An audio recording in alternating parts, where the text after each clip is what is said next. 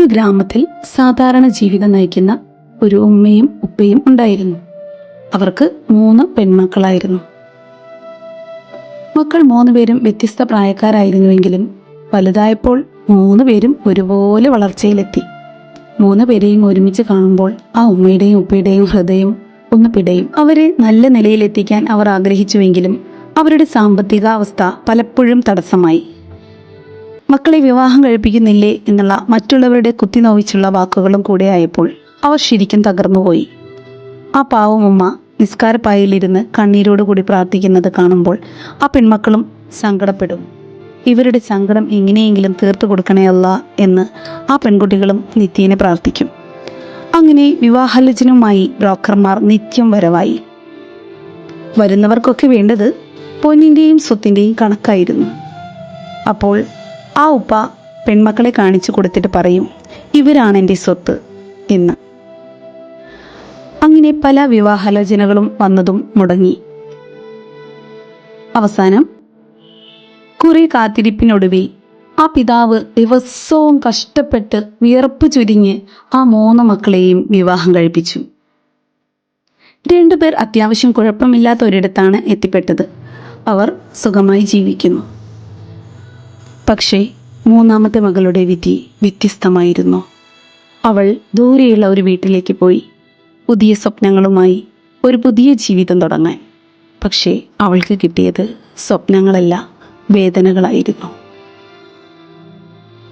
സ്നേഹിക്കാനും ക്ഷമിക്കാനും മാത്രം പഠിപ്പിച്ച ആ ഉമ്മയെയും ഉപ്പയെയും വിട്ട് അവൾ എത്തിച്ചേർന്നത് യാചിച്ചാൽ പോലും അതൊന്നും കിട്ടാത്ത ഒരിടത്തായിരുന്നു.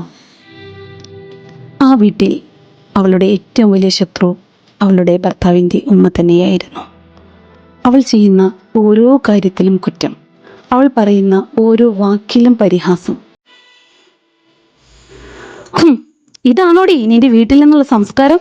ഒരു ജോലി പോലും നന്നായി ചെയ്യാൻ പറ്റില്ലേ? പെൺകുട്ടി താഴ്ന്ന ശബ്ദത്തിൽ, ഞാൻ ശ്രമിക്കുകയാണുമ്മ. അപ്പോൾ ഉമ്മ, ശ്രമം കൊണ്ടൊന്നും കാര്യമില്ല, നീ ഈ വീട്ടിൽ ഒത്തുപോകാൻ പറ്റില്ല. ദിവസങ്ങൾ കടന്നു. അവൾ പലതും സഹിച്ചു, വേദനയും അപമാനവും. ഭർത്താവിനോട് പറഞ്ഞാൽ പോലും അവൻ മൗനം പാലിച്ചു. അവൾ അവനോട് സങ്കടത്തോടെ പറയും, എനിക്കിവിടെ വളരെ ബുദ്ധിമുട്ടാണ്, നീ ഒന്ന് അഡ്ജസ്റ്റ് ചെയ്യേ. എന്ന അവൻ്റെ വാക്കിന് മുന്നിൽ അവൾ നിശബ്ദയാകും. ആ അഡ്ജസ്റ്റ് എന്നൊരു വാക്ക് അവളുടെ ജീവിതത്തെ പൂർണ്ണമായും തകർത്തു. വർഷങ്ങൾ കടന്നു. അവൾ അതേ വീട്ടിൽ അതേ വേദനയിൽ ജീവിച്ചു. അവളുടെ വേദനകൾ അവർ ആരെയും അറിയിച്ചില്ല. തന്നെ സ്നേഹിക്കുന്നവർ ഇത് കേട്ട് വിഷമിക്കുമെന്ന് കരുതി അവൾ എല്ലാം സഹിച്ചു. അവളുടെ ഈ അവസ്ഥ മനസ്സിലാക്കാത്തത് കൊണ്ടാവാം ഒരിക്കൽ പോലും നിനക്ക് സുഖമാണോ എന്ന് ചോദിക്കാൻ ഒരാളും ഉണ്ടായിരുന്നില്ല.